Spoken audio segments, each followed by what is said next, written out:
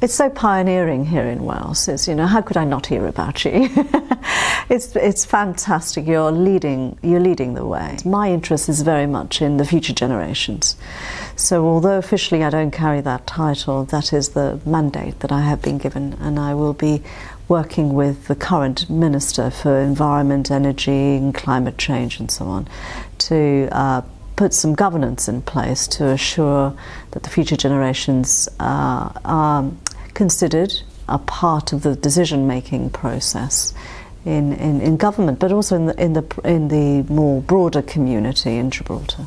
The fact that you have been the first and gone ahead with these developments enables us to be even more ambitious. It gives the authority to others, such as myself, to be able to say, look at what Wales is doing. We could certainly learn from the experience.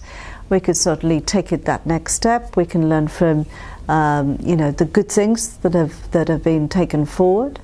Also learn about the relationships with the stakeholders and where this agenda can really be embodied and how it can be embodied in the work of the public service and beyond. So we're working on some new legislation to embed this in Gibraltar, and I can't say too much about it yet because we're in the early stages. But it has been an absolute delight to meet Sophie and to see how you can embody this, not just in some legislation, but in the way that you undertake the work and the way that you bring new spectacles to all this agenda.